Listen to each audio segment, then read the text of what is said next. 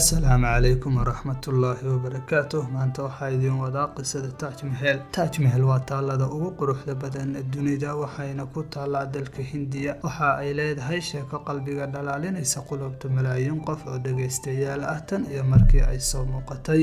Sheekadan inkastoo ay dhamaatay 1631 haddana waxa ay ku sii socotaa in ay u noolaato qaab taaj ah waxaana loo tixgeliyaa tusaale nool oo jacayl ah. Qisadan jacayl ee Shah Jahan iyo Mumtaz Mahal waa laba qof oo taariikhda soo maray tusaalena u noqday dad badan oo hadda nool iyo kuwa soo socda. Maxaa uu ka yiri gabayaagii Ingiriiska ahaa oo lagu magacaabi jiray Sir Edwin Arnold waxa uu ku qeexay erayadan: ma ahan qayb ka mid ah dhismahani sida dhismayaasha kale laakiin xiisaha jacaylka kibirka ku dhisan jacaylkaas oo lagu sameeyay dhagaxyo nool. Sheekada soo socota ayaana caddayn kuugu filan in uu hadalkani run yahay. Shah Jahan oo markii hore la oran jiray Amir Khurram waxa uu dhashay sanadkii 1592 waxa uuna dhalay Shah Jahan oo markii hore magaciisa ahaa Amir Khurram waxa uu dhashay sanadkii 1592 waxa uuna dhalay Jahangir oo ahaa boqorkii afraad ee Mughal ee dalka Hindiya iyo waxa kale uu awoowo u ahaa The Great Akbar. sanadku markii uu ahaa 1607 mar uu dul wareegay Meena Bazaar oo ay wehelinayeen xigto gacaltooyo ah. Shah Jahan waxa uu arkay gabadh xariiranaysa kuul quraarad ah. aragtidiisii u horeysay waaba uu jeclaaday. gabadhuna waxa ay ahayd Mumtaz Mahal oo xilligaas loo yaqaanay Arjuman Banu. waqtigaas waxa uu jiray asagoo 14 sano halka ay iyaduna jirtay 15 sano iyadoo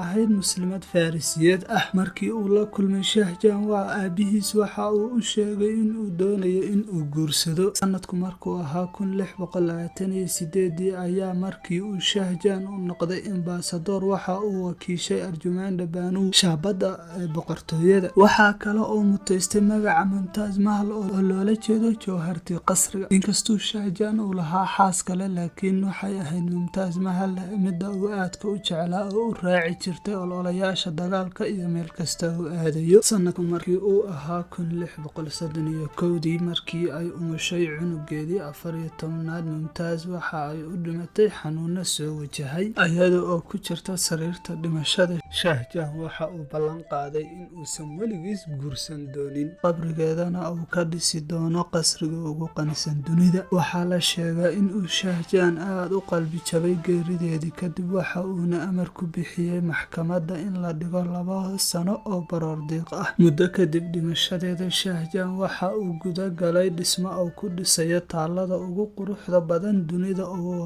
uu ku xasuusanayo gacalisadiisa. waxa ay ku qaadatay 22 sano iyo 22,000 oo shaqaale ah si loo dhiso taaladaas. markii uu Shah Jahan uu dhintay 1666 meydkiisa waxaa la geliyay qabri ku dhagan qabriga Mumtaz Mahal kaas uu horay u diyaarsaday. Taj waxaa lagu tiriyaa taalooyinka ugu quruxda badan dunida waxa ayna qayb ka tahay 7 mucjiso ee dunida. sidoo kale Taj waxa uu soo dalxiis tagta sanadkii malaayiin qof oo daawata. halkaas ayaa maanta kusoo gabagabaynaynaa qisadii Taj Mahal. fadlan daawada haddii aad muuqaalkan ka heshay subscribe noo saar, leegto waa noo dhiirigelin si aan muuqaalkan iyo muuqaalo ka qurux badan u soo gelino.